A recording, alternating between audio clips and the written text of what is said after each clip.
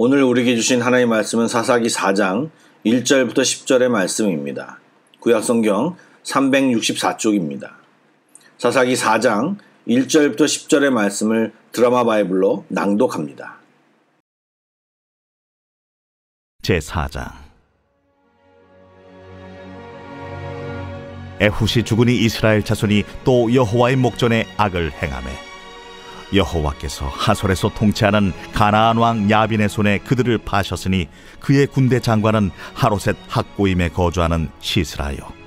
야빈 왕은 철병거 900대가 있어 20년 동안 이스라엘 자손을 심히 학대했으므로 이스라엘 자손이 여호와께 부르짖었더라.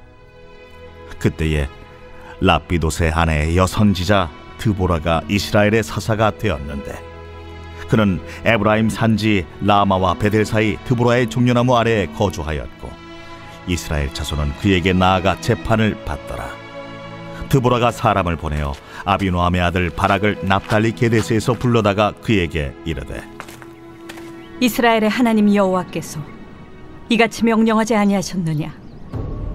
너는 납달리 자손과 스불론 자손 10,000명을 거느리고 다볼산으로 가라. 내가 야빈의 군대 장관 시스라와 그의 병거들과 그의 무리를 기손강으로 이끌어 내게 이르게 하고 그를 내 손에 넘겨주리라 하셨느니라. 바락이 그에게 이르되 만일 당신이 나와 함께 가면 내가 가려니와 만일 당신이 나와 함께 가지 아니하면 나도 가지 아니하겠노라.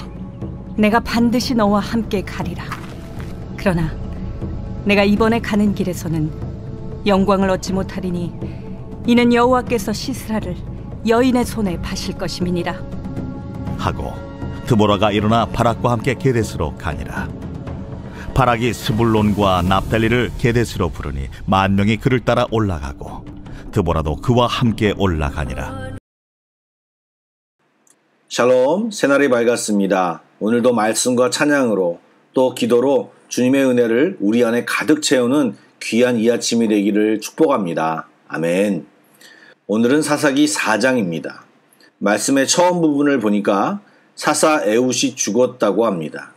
3장에서 에훗이 사사로 세워져 이스라엘을 압제하던 모압을 물리치고 80년 정도 이스라엘이 평온하였는데 그가 죽자 또다시 이스라엘은 하나님 앞에서 악을 행하였고 사사기 패턴으로 다시 들어가 버렸습니다. 여호와의 목전에서 악을 행하였다는 말은 사사기에서 굉장히 많이 반복되는 말입니다. 이렇게 반복되는 죄의 역사는 모든 세대가 하나님의 은혜 없이는 살 수 없음을 보여주고 있는 것입니다.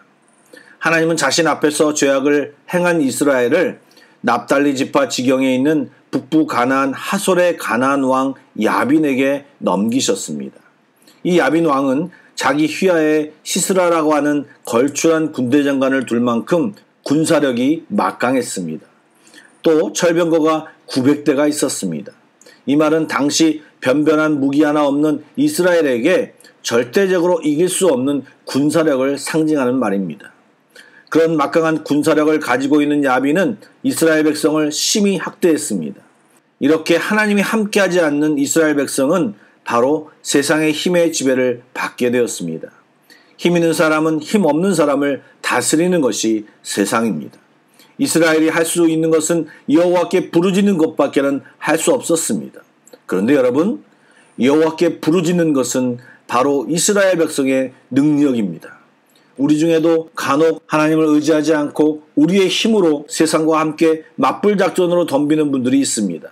그러나 세상은 공정하지 않습니다. 힘 있는 자가 무조건 이기는 것이 아닙니다. 온갖 술수와 빽, 또 악랄한 연합 등으로 공격해 옵니다. 또한 그들에게는 법이 없습니다. 원형 경기장 안에 내던져진 검투사와 같은 것입니다. 그런 곳은 어디든 참 평안이 있을 수가 없습니다. 여러분, 그 정글 안으로 정말 들어가고 싶으십니까? 어리석은 생각입니다. 또한 그 정글 안에 있다면 어떤 것이 가장 지혜로운 생각일까요? 여러분, 말씀드린 대로 우리에게는 엄청난 능력이 있음을 기억해야 합니다. 무엇입니까? 하나님께 부르짖는 능력입니다. 하나님이 우리와 함께 하실 때 우리는 창조주의 능력을 덧입을 수 있습니다. 그런데 우리는 이것을 너무나 자주 잊습니다. 그리고 어리석게도 참 평안이 없는 그곳에서 우리의 힘으로만 살아가려고 노력하고 있는 것입니다. 사랑하는 여러분, 깨어 있어야 합니다. 그리고 우리의 능력이 무엇인지를 알고 주를 우리 있는 곳에서 날마다 불러야 하는 것입니다. 아멘. 이런 이스라엘의 부르짖음을 들으시고 하나님이 예비한 사람이 여선지자 드보라였습니다. 하나님은 남자만 쓴 것이 아닙니다. 하나님께서는 역사상 여러 여선지자를 통해 일해 오셨습니다. 그런데 현재 상황이 곤란한 것은 철병거 900대를 거느린 이방의 강력한 왕과 싸워야 하는 상황입니다. 이런 경우에 여성 사사를 세우신 것은 쉽게 이해할 수 없습니다. 그렇지만 그가 한 일을 우리는 주목해야 합니다. 그녀가 한 일은 성경에 기록되어져 있는데 5절에 보니 그녀는 종려나무 아래에서 백성들을 재판했다고 말하고 있습니다. 사사의 주된 업무는 재판입니다.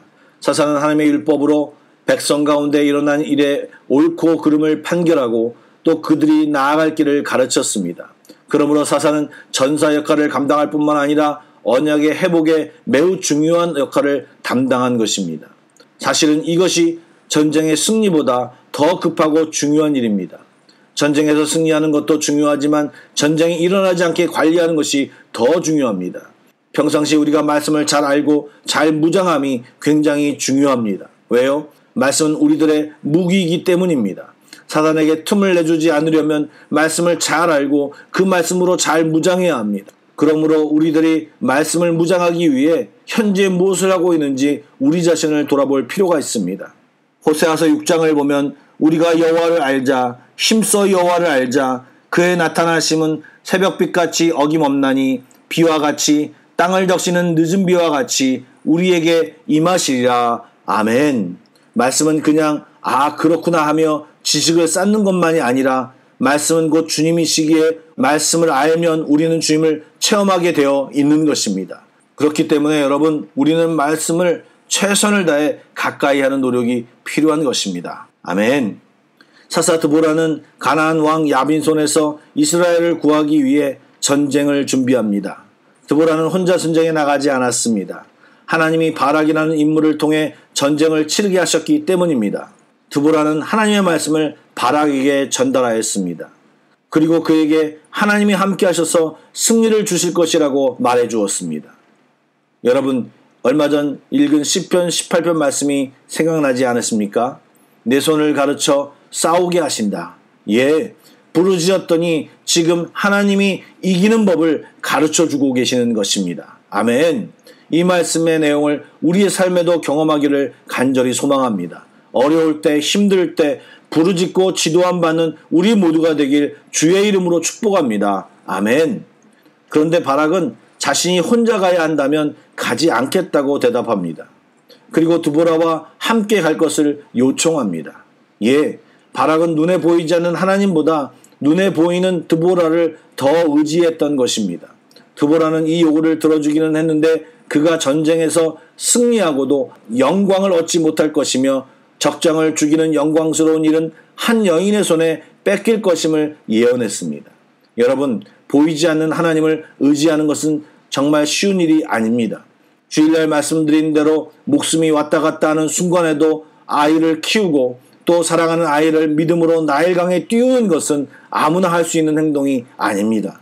하지만 하나님 말씀에는 하나님의 약속이 있고 하나님은 세상의 어떤 힘보다 권력보다 높으신 분이시기에 그의 말씀을 순전한 마음으로 믿고 나아가면 성도는 영광을 얻을 것입니다. 성도는 승리를 누리게 될 것입니다. 아멘. 여러분, 드보라가 왜 하나님께 쓰임을 받았겠습니까? 전차 900대를 가진 강력한 야빈왕을 무찌르는데 왜 드보라가 선택되었던 것일까요? 당시 여성의 지위가 형편없던 것을 감안하면 매우 이례적인 일이었습니다. 그러나 여러분, 우리는 기억해야 합니다. 하나님은 모든 것을 하실 수 있는 전능하신 분이시기 때문입니다.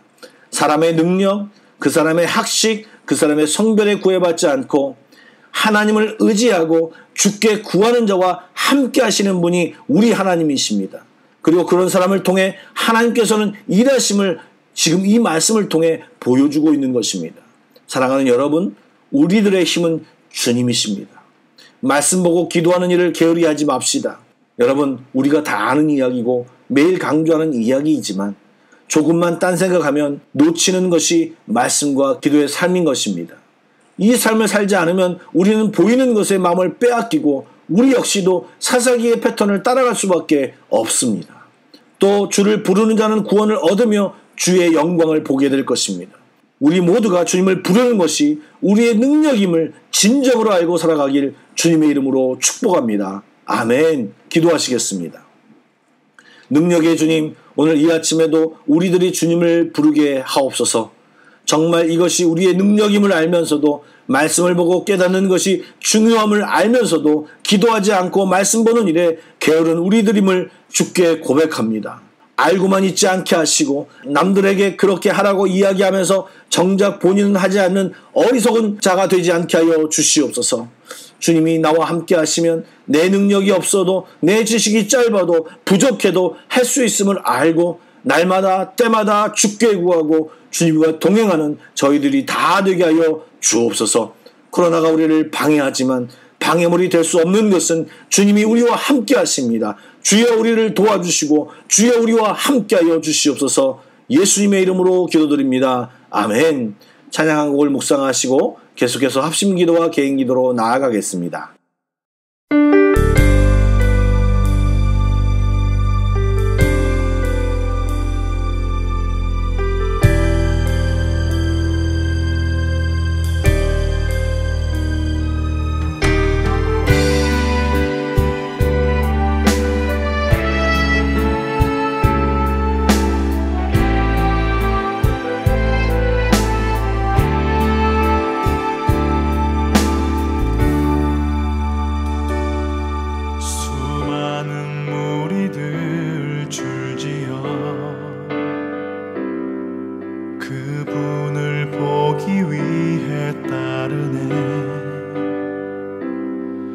평범한 목수이신 그분 앞에 모든 무릎 부르며 경배하네. 모든 문제들 하나하나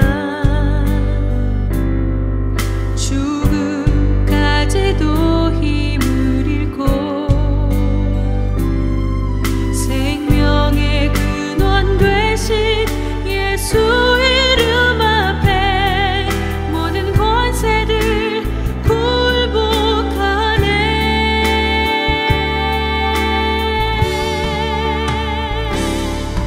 예수 이름 높이세. 능력의 그 이름. 예수 이름 높이세. 구원의 그 이름. 예수 이름을 부르는 자. 예수 이름을 믿는 자. 예수 이름 앞에 나오는 자 복이 있도다.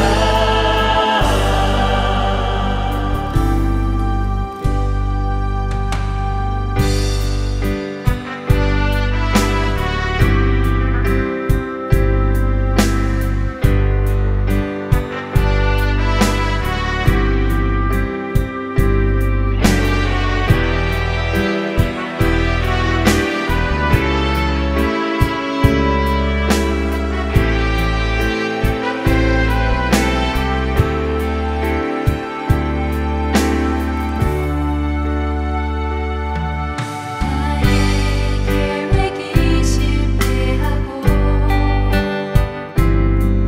나의 소망이 끊어질 때 삶의 주관자 되신 그분 앞에 나의 무릎을 꿇어 경배하네. 나의 삶을 그분께 맡길 때 비로소 나의 마음 평안해. 구원의 반석 되신 예수의